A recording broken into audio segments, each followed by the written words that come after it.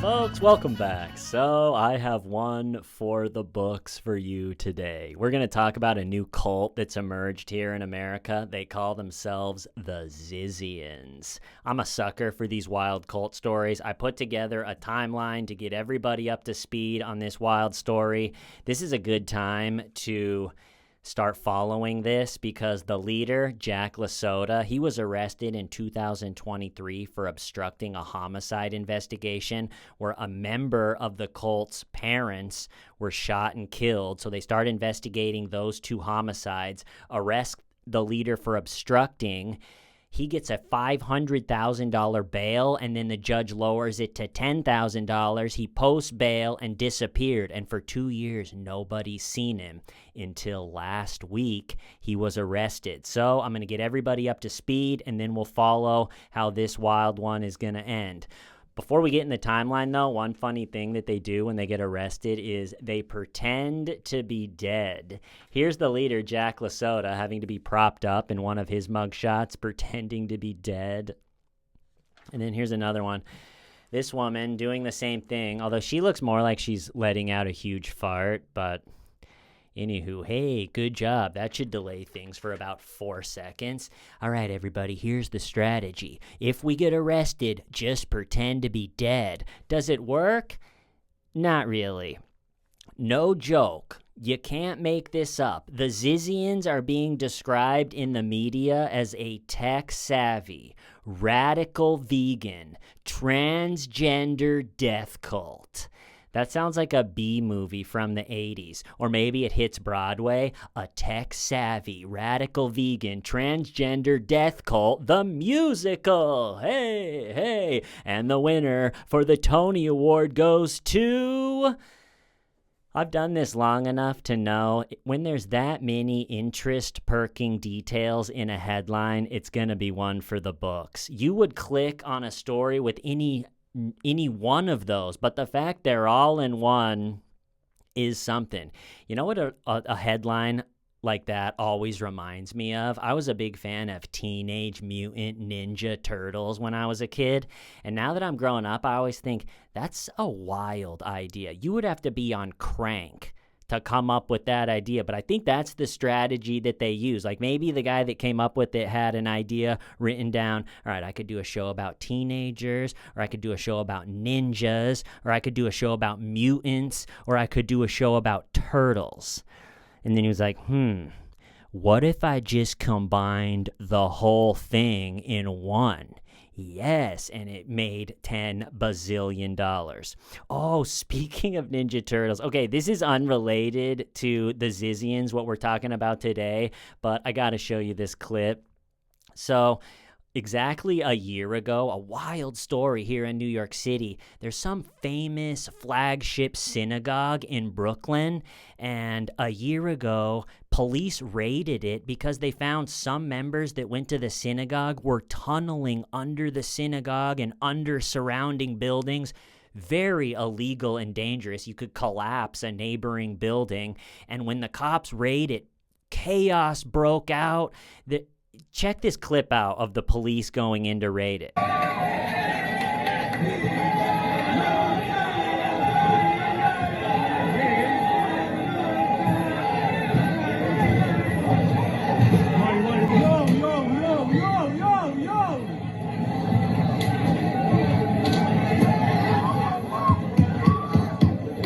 All right, so then once the story breaks, a bunch of media and people go down to see what the hell's going on. Someone has their phone out and ends up capturing a Jewish man crawling out of the sewer and then scampering off into the night. Check this out.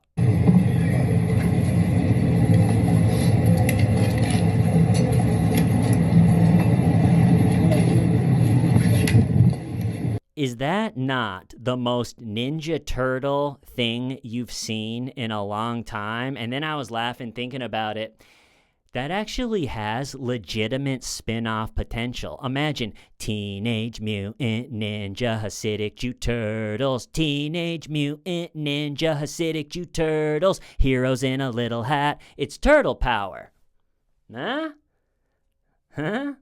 Pretty good, right? All right, so let's talk about the Zizians. We're going to start in 2016 and work our way up to present about a week ago. So Jack LaSoda, remember, this is him pretending to be dead, in 2016 started blogging under the nickname Ziz. That's where Zizian comes from. And the blog posts have been described as a little bit rambly, not too succinct. I don't know how many good points he was hitting, but he was rambling on mostly about technology, gender identity, and the human condition.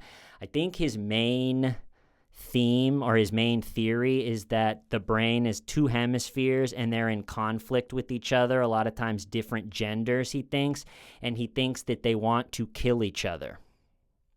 Okay, and then, so he's doing that for a couple years. In 2018, he briefly joins the Rationalists, who I looked it up. I think the Rationalists' main fight right now is they are against artificial intelligence, and the leader of the Zizians was into that, so he joins the Rationalists, but then quickly quits because apparently the Rationalists rejected his theory of the two brain hemispheres that are in conflict and want to kill each other. And then so the next year, 2019, Jack LaSoda, remember he's quit the Rationalist at this point, he and some of his friends, I don't know if they would call them followers at that point, but they protest an event that the Rationalists were putting on by showing up in big old trucks and blocking the entrance, blocking the exit. They're all wearing Guy Fawkes masks and black robes, and a journalist showed up to that to cover the Rationalist event and then ended up covering the protest that the Zizians, I don't think they were calling themselves that yet, but that the Zizians were doing. And Jack LaSoda got arrested, but he got some street cred. He made some headlines, and that, I think, started the whole where it became more of a cult. So they protest the Rationalist event. The next major event in this story is a year or so later. They go and they buy a World War II tugboat in Alaska and then sail it from Alaska down to the San Francisco Bay where they plan to live on it. This is right smack in the middle of COVID.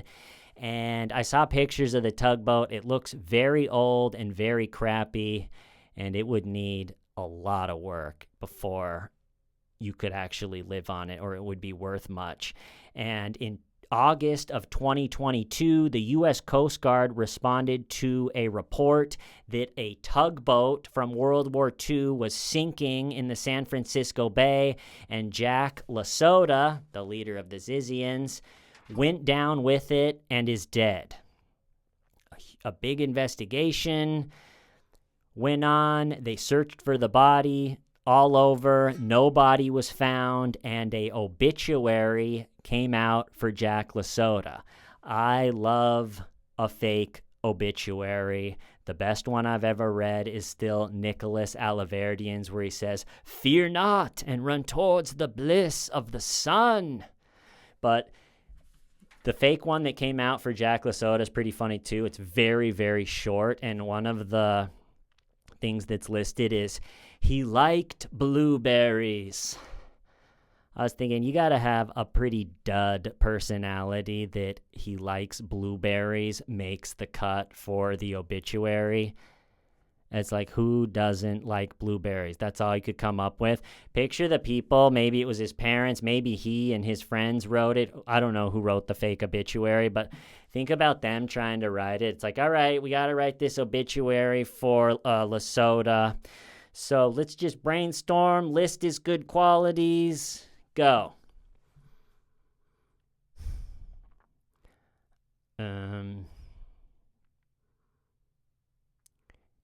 Well, he loved blueberries. All right, that's something. We'll write that down. Loved blueberries. Okay. What else? All right, so that was August of 2022. They sink the tugboat. Lesotho fakes his own death. And I was also thinking about, I wonder if that was the plan the whole time. Let's buy this crappy boat, sail it down, pretend we're going to live on it, sink it, and then that'll be a good way for our leader to fake his own death. Or if they actually thought this is going to work and we could live on it, and then when it sank, they used the opportunity. You know what?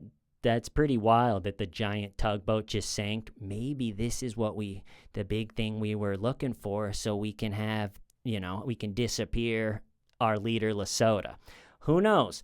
But around that time, remember it was during COVID, their boat sinks.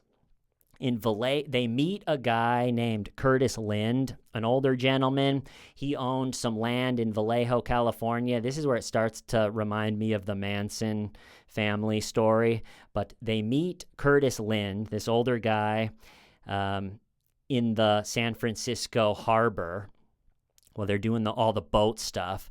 They learned that he has a chunk of land in Vallejo, California, and they asked him, can we park our box trucks and vans? That's where they live throughout this whole timeline. They're big box truck and van fans.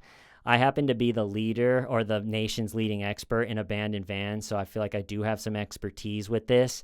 But they asked Curtis Lind, hey, can we park our box trucks and our vans on your property and live for a while? Curtis Lind was nice enough to just say yes. He said during COVID, I think he felt for him, and so he let him. And so all of a sudden, the Zizians are living on Curtis Lind's land in Vallejo, California, in box trucks and vans. Well, after a while, I don't know if it's a year or just a couple months, Curtis Lind, I would assume they wear out their welcome. They look a little smelly, living in box trucks and vans. It's not easy to keep the hygiene up. So I would guess they wore out their welcome, coupled with, I think Curtis Lind thought, hey, I'm doing you a favor, letting you live during COVID. But hey, COVID's wrapping up. The world's coming back to life. So if you guys are going to stay here on my land and be smelly, you're going to have to start paying me some rent. So in November 2022, Curtis Lind goes to court seeking eviction of the Zizians living on his land in box truck and vans. 2 days before the eviction deadline, the Zizians attack Curtis Lind with a samurai sword, sticking the sword all the way through his back, out the front, a whole foot. Can you imagine? They beat him half to death, cut out one of his eyes. He had a gun on him, pulls it out, shoots and kills one of the Zizian members, shoots another one and wounds it, ends up, I don't know if he's still got the sword sticking out at this point, he ends up making it to his neighbor's camper, banging on the side. There's blood all down his neighbor's camper from when he's, help, they're killing me, I'm dying, they're killing me. His neighbor comes out, I think with the gun too, gets the Zizian members away. There's one laying dead. Curtis Lind's missing an eye, all chopped and sliced up, black and blue from head to toe. And there's a picture of him in the hospital with the eye patch on, stitches everywhere. Looks like he got hit by a truck and survives. And so that is pretty wild. Okay, so that was November 2022. Now, in December, so a couple months later, December 2022, on New Year's Eve, Rita and Richard Zajko are shot and killed in their Chester Heights, Pennsylvania home. And so their daughter is in the Zizians, and there is doorbell footage of that night, New Year's Eve. You think it's going to be a party night, a night to start over, a night to kiss your loved ones, maybe have a toast, go to bed, wake up, new year, new goals, let's go. And the doorbell footage, it captures, I don't know, either the ring or the knock, and then you hear, Mom, and then you hear, oh my God, oh God, God.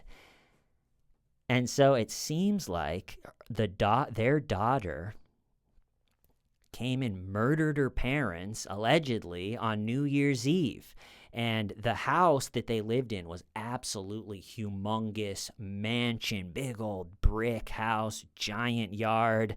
And so just myself speculating, maybe the Zizians needed money because it was getting harder and harder to find little plots of land to park the box trucks on, and they're living in hotels.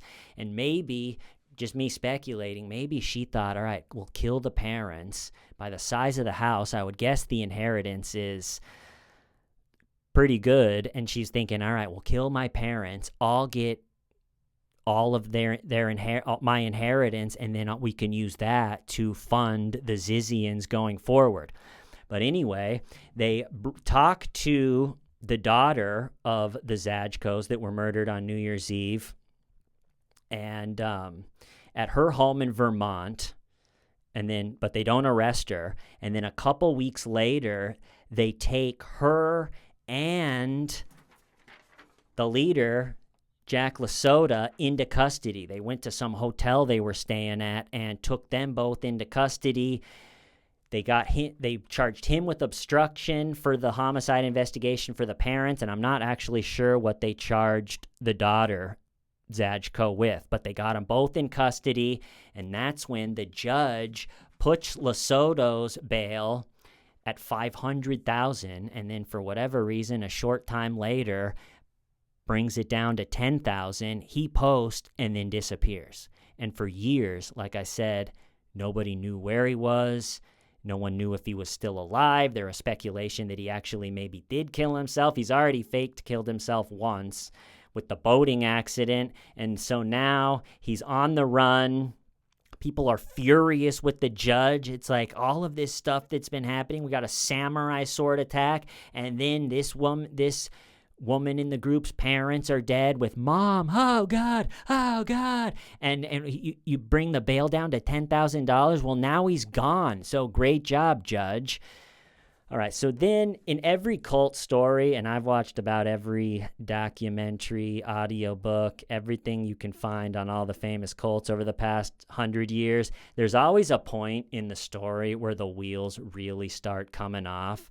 And I would say that moment for the Zizians is in January 2025. And, all right, let's see here. Okay, so two members, the first thing that happens in January 2012, this all happened in last month. So two of them check into this hotel, but the hotel staff immediately call the police because they're all dressed in black tactical gear. They have guns and we're just giving off strange vibes.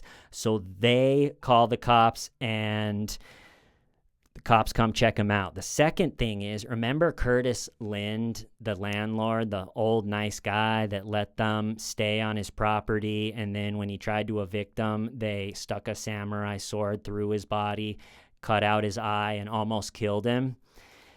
So that case for that assault was coming up, and another member of the Zizians went and killed him.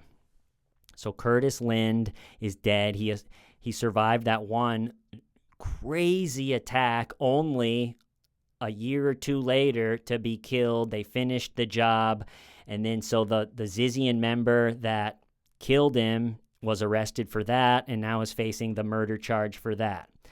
Then, still in the same month, last month, a Border Patrol agent in Vermont pulls over a couple Zizians, and it turns into a wild shootout. One of the Zizian members shoots and kills the poor Border Patrol agent that had no idea what he was walking into when he pulled over the car.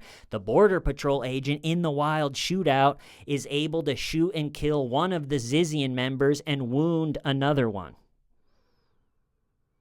Okay, so that was all last month, and then the big thing, why it's a really good time to start following this one, is last week, a guy I think also in Vermont, wasn't it? But anyway, a guy with a chunk of land here out east somewhere called the police and said, which it was a good move. Think of the older, nice landlord in Vallejo. What happened to him? But he called the police and said, yeah, these young people showed up with box trucks and vans and asked if they could stay on my land for a month, and they just gave me really bad vibes, and I want you guys to come check it out. And so they came, the police came, arrested Jack Lasota and another one without incident. And so officially now, after faking his own death couple years ago with the tugboat thing, being arrested for obstruction for a homicide 2 years ago, and then skipping bail and disappearing for 2 years, Jack Lasota is officially in custody. He's being held without bond, but here's where it gets really interesting. None of the charges for Lasota, I think, are going to be serious enough to really hold him for that long. He's got the obstructing for the homicide investigation and maybe trespassing or something for this most recent with that guy's land.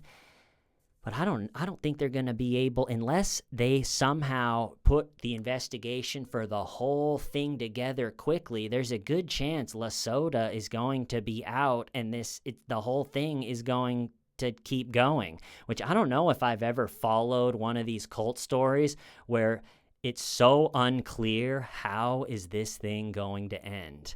And like I said, I think the wheels started really coming off bad January 2025. And that's when, in these cult stories, things really start to, the Kool-Aid is drank, or God knows what is going to happen. So let's follow it together. I'm going to cut it off there. I love you all. Why? Stavin' why? Shamil.